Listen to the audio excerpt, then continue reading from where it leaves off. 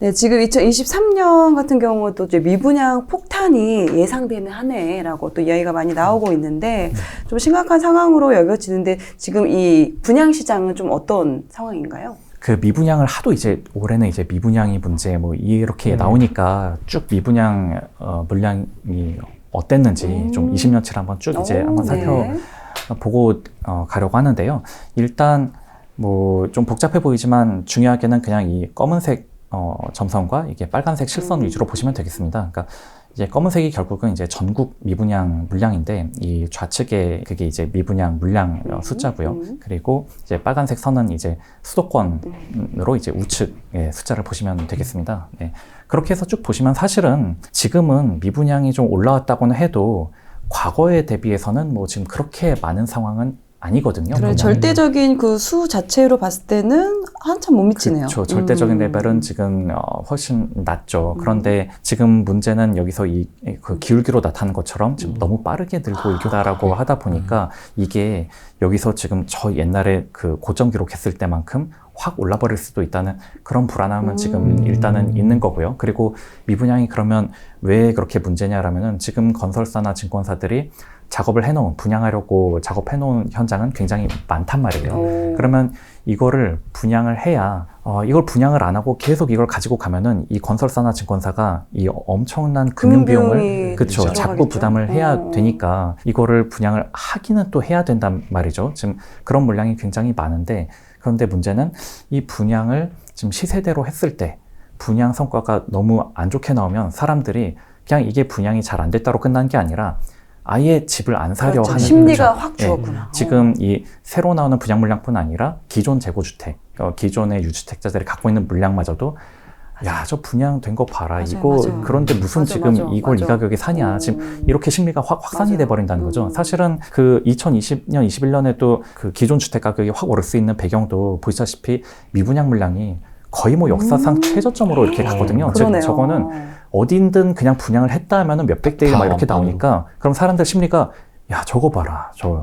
이렇게나 집을 사려는 수요가 많다. 난 지금 여기 지금 저 새 집 청약은 점수가 안 되든 뭐든 안 되니까 저건 못해도 내가 그러면 기존 주택이라도 사야겠다라면서 이제 기존 주택에 대한 수요도 이렇게 불붙었던 거고요. 예. 그러니까 참 분양 성과라는 게 결국은 기존 주택에 대한 어떤 수요로까지 너무나 이제 쉽게 연결이 되다 보니까 일단은 그 부분에서도 문제가 있고 다른 측면에서는 이제 분양이 너무 안 되면 이제 건설사라든가 이런 기업 쪽에서도 이제 부채 문제가 좀 심각해지니까 그렇게 두 가지 차원에서 미분양에 대한 걱정이 지금 앞서는 뭐 그런 한 해라고 할 수 있다. 그래서 어떻게 보면은 이런 정부 정책이라든가 이런 것들이 좀 신속하게 나오는 이유도 바로 그런 걸 좀 염려해서 좀 사전적으로 좀 이렇게 하고 있는 그런 모습이라고 일단 좀 저는 해석하고 있습니다. 이게 연구원님께서 틀어주신 이 표를 봐도 입주 물량 관련돼서도 굉장히 많은 분들이 얘기를 해주시는데 이제 입주 물량이 실제로 이제 인터넷이라던가 앱에서 보면은 생각보다 이렇게 막 엄청 많은 것 같지는 않거든요. 많아 보이진 않거든요.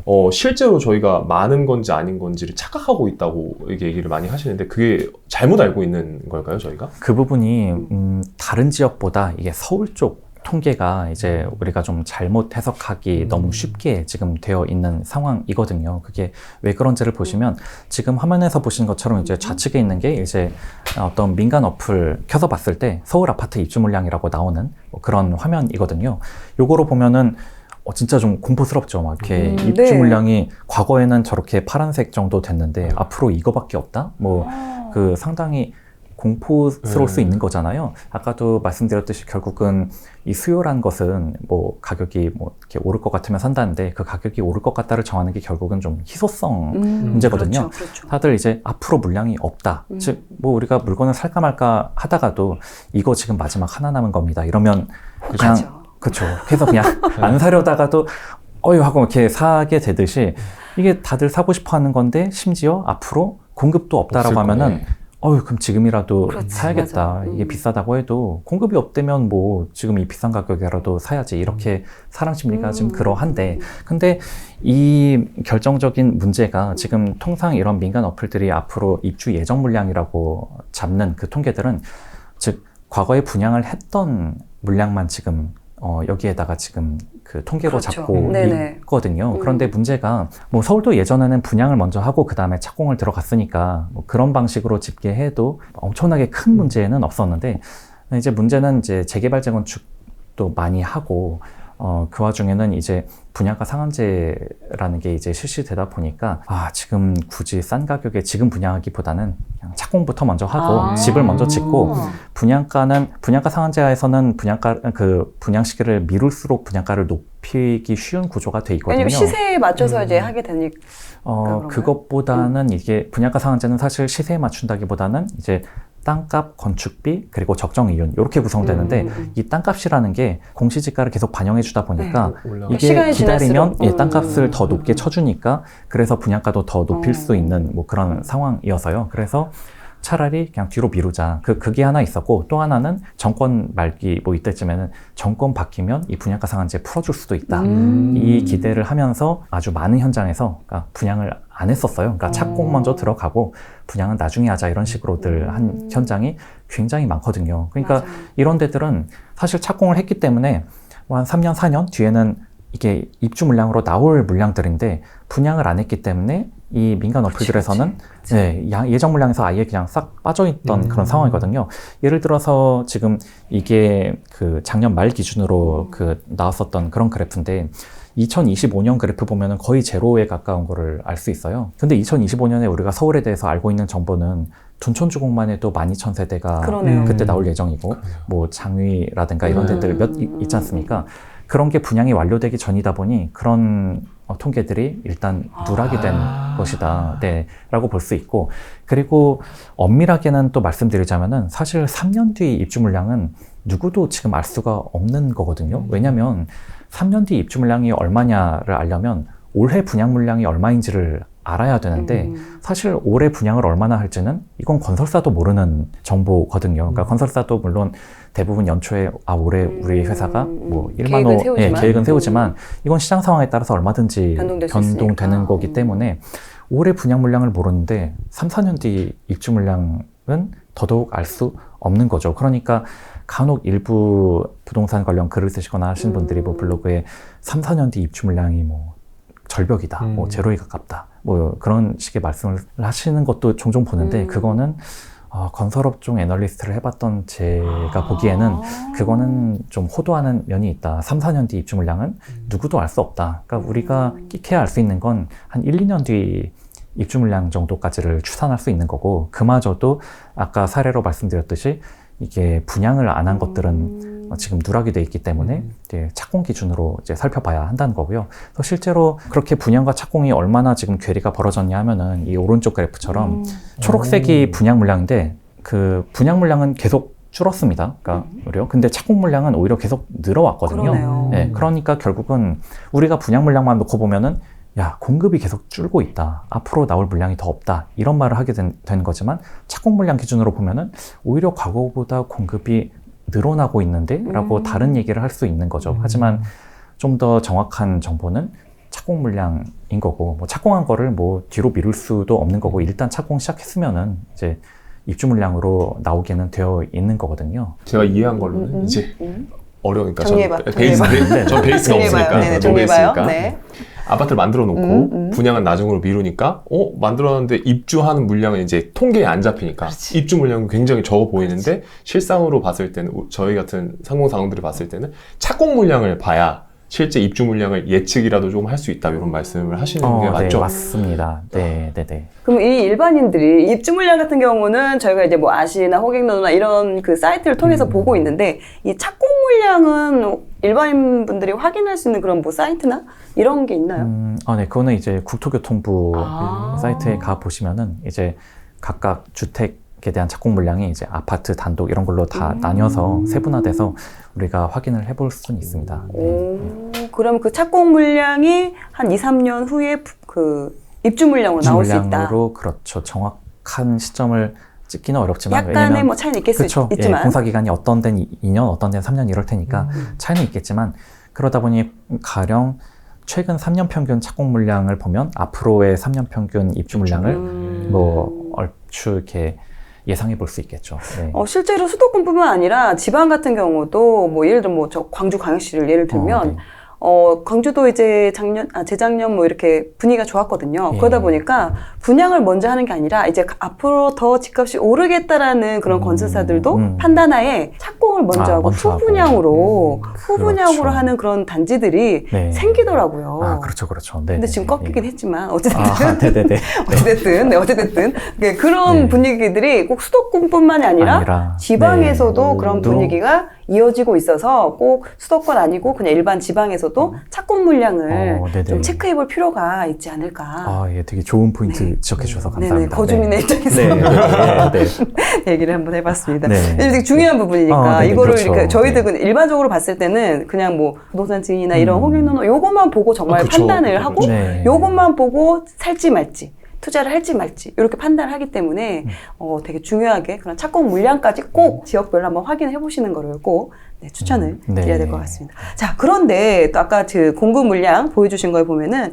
2020년, 2021년에는 좀 물량이 좀 있었어요. 어느 정도 물량이 있었는데 그때와 그럼 지금의 분위기가 많이 다른 부분인 거죠.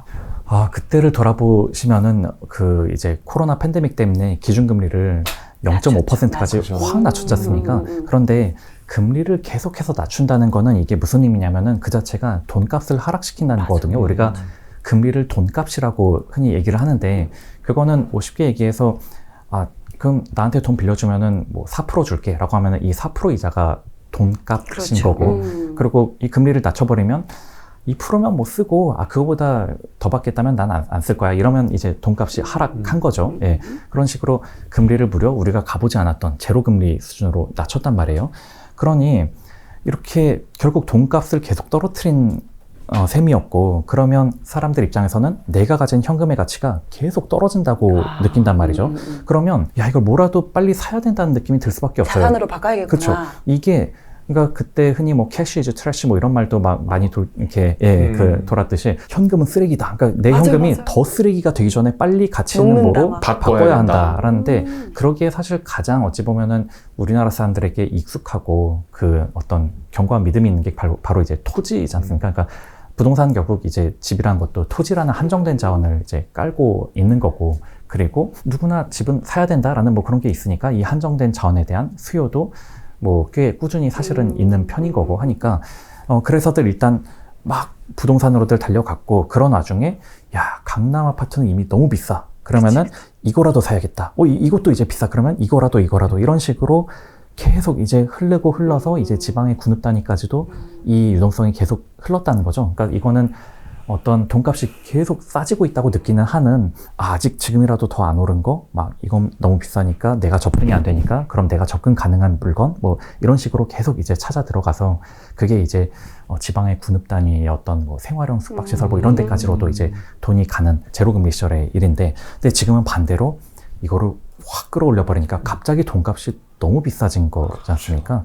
그러니 옛날에 돈값이 정말 쌀 때는 이런 것까지도 돈이 갔었지만 이제는 이 금리에 무슨 이제 뭐 이런 거를 사냐라는 식으로 오히려 이제 좀 덜 선호되고 위험한 자산에서부터는 지금 빠르게 이제 자산에서 오히려 현금으로 이렇게 넘어가고 있는 그런 상황이라고 보시면 되죠. 네.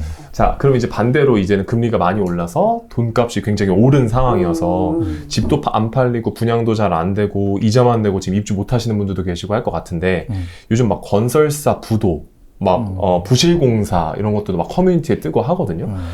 지금 건설사라던가 여러 가지 부분들에 있어서 힘든 상황인 것 같은데 이런 부분은 어떤지 궁금해요. 이게 건설사들이 당장에 직면한 상황은 아까 말씀드린 대로 2020년, 21년에는 분양이 다 되게 잘 됐거든요. 근데 일단은 분양은 해놓고 그러고 집을 짓는데 건설 공사비를 일단 썼단 말이에요.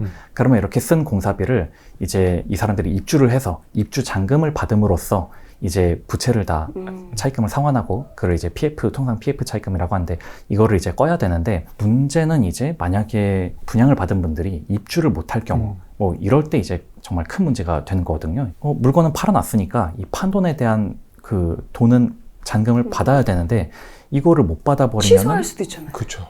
취소. 그러니까 분양 계약을 했는데 취소를 중도금이 한다. 들어가면 안 되네요. 그렇죠. 중도금 들어가면 안 돼. 취소가 안 됩니다. 네. 지금 중요한 지적 하신 게 그러다 보니 계약금만 포기하면 되는 건들에 대해서는 막 이제 수분양자들이 막 이제 계약을 포기하는 그런 일들이 일어났었죠. 근데 이제 중도금까지 다 내고 최소한 올해 입주할 물량들은 이미 중도금은 다 낸 것들일 거잖아요. 예. 그러면 잔금을 원활히 수령해야 이제 이 집 팔았던 돈 다 받아서 이 PF 차입금을 이제 끌 텐데 문제는 입주를 해야 되는 분들의 상황을 일부 시나리오를 이제 생각을 해보면 일부 이제 지방에서는 유주택자도 청약을 할 수 있었으니까요. 그리고 제가 듣기로는 지방 같은 경우는 유주택자분이 새 집을 분양을 받으시고 들어갈 때는 기존의 집을 팔고 그렇죠. 들어간 경우도 처분 조건으로 많다고 하면 하는데 문제는 내 집이 안 팔려 맞아요. 버릴 때 그러면 이 잔금을 내고 여기 들어갈 자금이 이제 부족해서 실제로 그런 일들이 과거에도 제가 건설업 애널리스트 할 때 많이 겪은 건데 지방에 분양은 다 했는데 너무 자금 회수를 못 하고 있는 거예요, 건설사가. 그러면 아니 왜 안 되냐? 그럼 이거 가산금이라도 물리던가 연체료. 네, 연체하고 그러면은 좀 입주하시라고 강요해야 되는 거 아니냐 했는데 이 사진분들이 내 집이 안 팔려서 못 들어갔는데 어떡하냐라고 또 그런다. 근데 그런 와중에 건설사가 이거 계약 해지 같은 거를 하는 것도 방법이겠지만 그래봤자 지금 그 분양가에 누가 받아주냐는 거예요. 그러니 이 수분양자를 어떻게든 그냥 어르고 달래서 끌고 가야 되는구나. 집 그냥 팔리면 얼른 들어오십시오. 이렇게 그냥 화이팅 이렇게 아이고, 감정적으로 할 수 있겠으니까. 그렇게 서로 같이 그렇게 갈 수밖에 없는 상황이 돼버리는 게 하나 있고요. 이 분양을 받으신 분 중에 무주택자분들은 이제 어딘가에 전세를 살고 계실 텐데 이게 내가 나와야 할 때 전세보증금을 제때 못 돌려받으면 맞아요. 요새 지금 많이 이제 그렇죠. 흔히 벌어지고 맞아요. 있는 네. 이 전세보증금을 내가 돌려받아야 이걸 낼 수 있으니까. 있는데 사실 그게 이분 잘못은 아니잖아요. 네. 나는 그냥 전세를 살았고 제때 받아서 이제 내 집에 들어가겠다는 계획을 하고 했는데 갑자기 여기서 전세보증금 받는 게 막혀버린다? 그럼 그것 때문에 건설사도 돈 받는 게 막혀버리고 그렇죠. 이런 식으로 지금 사회 도처에서 집값 하락 때문에 집값과 전세가가 너무 빠르게 떨어지다 보니까 이런 일들이 지금 충분히 벌어질 수 있는 상황이 되고 그러다 보니 건설사 입장에서는 분양을 완료한 거에 대해서만큼은 나는 이제 다 회수하고 차입금을 그걸로 끌 수 있다고 생각했는데 그것도 이게 어려움에 생길 수 있는 지금 요즘 같은 때 차입금 차환하려면은 금융 비용도 엄청나게 맞아요. 내야 되는데 그 부담까지 이렇게 얹어야 되는 그런 상황이 나올 수 있다는 겁니다. 제가 그래서 이제 역전세 부분이 이제 지금 워낙 이슈니까 맞아요. 그거와 관련된 이제 그냥 간단한 자료 이제 준비했는데요. 네네.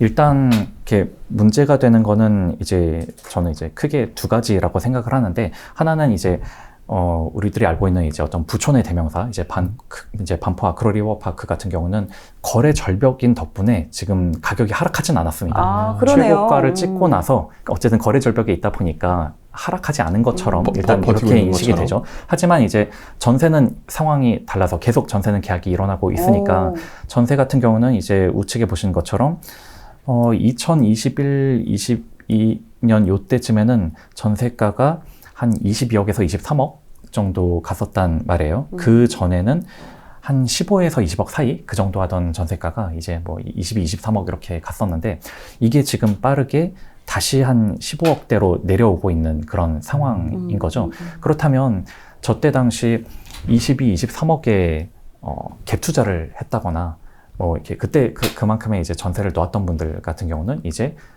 만기가 돌아올 때 한 7억, 8억을 돌려줘야 될 수도 있는 그런 상황인 건데 이게 만약에 무리해서 갭 투자했던 분이라면은 이 7, 8억이라는 돈이 있을 리가 없죠. 없고 네. 그리고 설사 갭 투자하신 분이 아니라고 하더라도 이 7, 8억을 내가 어딘가에 투자하는 데 썼다거나 또 집을 또 사는 데 썼다거나 이래버리면 이게 이 만기 때 그만한 유동성이 나는 없는데? 라면서 이게 막혀버릴 수도 있는 거란 말입니다. 그러면 이런 데 살고 있는 세입자는 그나마 안심해 볼 수 있는 경우는 최소한 이 집을 팔면 그래도 전세보증금 이상은 건지겠지라는 거죠.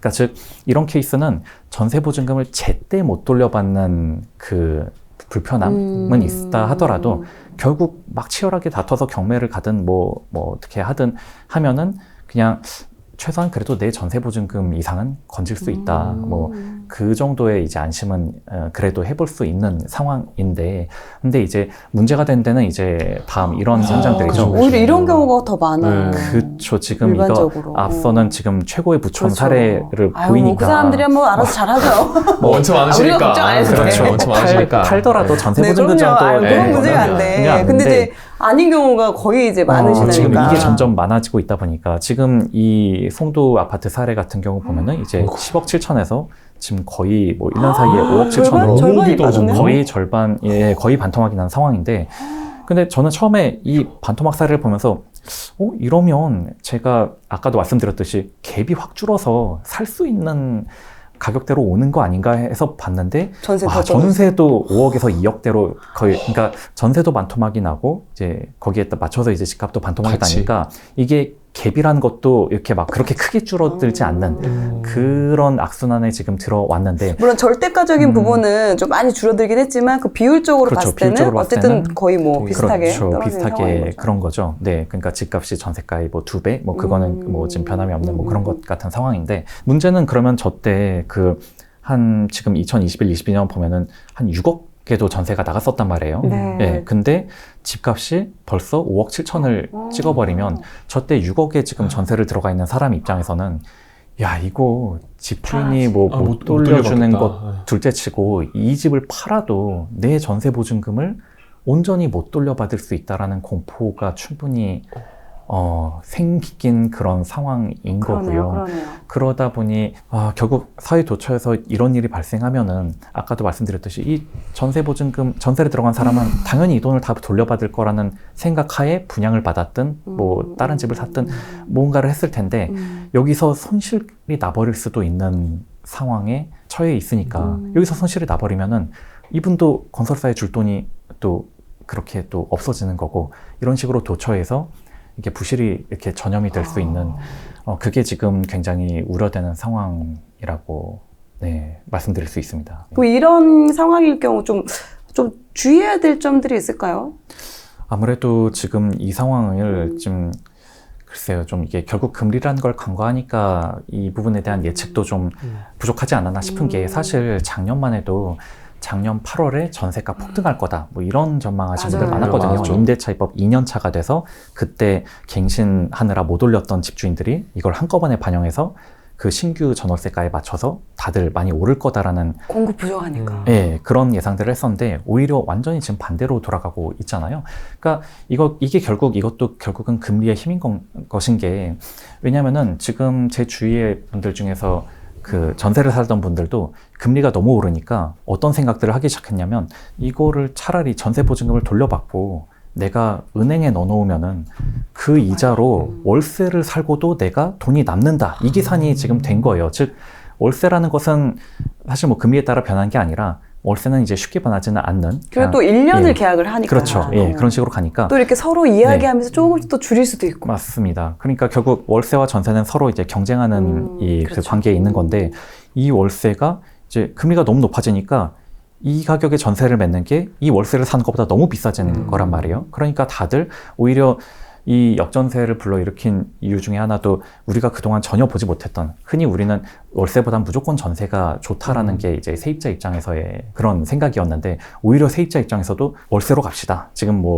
지금 이렇게 가는 게 오히려 세입자한테도 이득인 상황이 돼버린 게, 금리가 결국 말씀드린 대로 너무 높아졌기 때문에 이런 일이 생겼던 거고, 그렇다면 작년에 뭐 금리가 올라가는 거를 예상을 못했냐? 사실은 뭐 이미 어느 정도 예상한 정보였는데도 불구하고 이걸 간과하다 보니까 전세 뭐 폭등할 것이다, 뭐 이런 식으로 잘못 예측을 했단 말이죠. 만약에 이게 금리 오르면 전세가 훅 떨어진다, 이런 생각을 이렇게 탑재를 했더라면 미리 좀 이거를 좀 대응할 수 있는, 그렇기 때문에 전세 보증금을 어느 정도 돌려줘야 되는 현금성 자산을 내가 마련해야 된다. 뭐 집주인 입장에서는 그런 준비를 좀 해볼 수도 있었을 거고, 또 이제 세입자 입장에서도 뭔가 전세보증보험을 든다거나 아니면은 뭐 미리 반전세로 갑시다 해서 이렇게 너무 큰 전세보증금을 이렇게 딱 집주인에게 맡기는 그런 거를 좀 방지할 수도 있는, 그러니까 결국은 이게 전세라는 게 단지 수급에 좌우된 게 아니라 이렇게 금리에 따라서 오르내릴 수 있다는 점을 우리가 좀 상기를 해둬야 어떤 이런 그 리스크 사회적으로 완화할 수 있다고 그렇게 생각합니다. 그전에는 그 전세대출 금리가 이렇게 높았던 적이 그쵸. 없었기 때문에 네. 그냥 그 수요와 공급에 따라서 이 전세가는 움직이는 게 어떻게 보면 그게 일반화가 됐었죠. 근데 어느 순간 이제 또 금액 자체도 커졌고 전세금 자체도 이전에 비해서 거의 뭐 금액대가 워낙에 절대적인 가격도 커지고 그러다 보니 그 대출에 의존하는 그런 비중도 높아지다 보니까 이 금리에 대해서도 영향을 받게 된 것 같아요. 맞습니다. 그러니까 그 중요한 지적해 주셨는데 사실 그 전세자금 대출 금리도 기준금리 계속 내리니까 이것도 계속 그렇죠. 낮아졌거든요. 그렇죠. 그러니 이 세입자 입장에서는 이 월세 사는 것보다 이 그렇죠. 낮아지는 대출 금리를 이용해서 그냥 이 전세 보증금을 내는 게 훨씬 더 싸게 느껴질 수밖에 없던 긴 그 과거의 그 현실이었고 그런데 지금 펼쳐진 환경은 완전히 반대로 가다 보니까 좀 어찌 보면 너무 그 과거의 그 타성에 젖어서 이런 일은 좀 이런 걸 경험해 본 적이 없었던 그렇죠. 거죠. 이렇게 급격하게 금리가 맞습니다. 오르는 거에. 근데 이번에는 이렇게 겪어봤으니까 우리가 이거를 금리의 변화에 따라 탄력적으로 좀 사고를 전환을 해야 된다. 이렇게 전세 보증금도 집주인 입장에서 이거는 그 지난 긴 기간 동안에는 계속 더 올려받는 그냥 올려받는 게 당연한 것으로 그래서 이 사람이 나간다라면은 새로운 세입자 구해서 더 올려받아가지고 그렇죠. 그냥 그렇게 돌려줄 필요가 없는 즉 사실은 전세 보증금은 그 사적 채무 관계인 거잖아요. 그렇죠. 이 세입자가 빌려준 거고 집주인이 그걸 2년 뒤에 돌려줘야만 되는 그러니까 정상적으로는 그렇게 해야 되는 것인데 대신 뭐 집에 이제 살 수 있게 하는 그런 또 서비스를 거주를 제공하는 거고. 그렇죠. 거주를 제공해 주는 거니까요. 즉 이자를 안 주는 대신에 내 집에서 사세요라고 이렇게 거주 서비스를 제공한 거란 말이죠.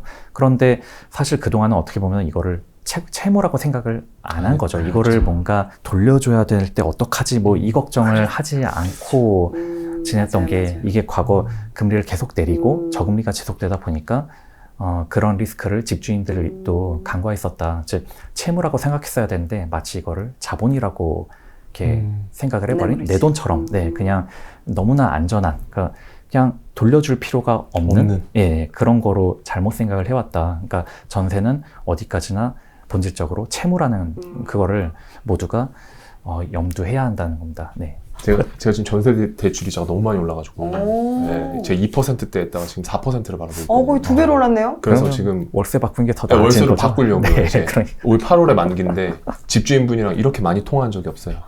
제가 항상 잘 건강하게 계시는지 이렇게 전화를 항상 드립니다. 그쵸. 잘 내 돈을- 계시죠?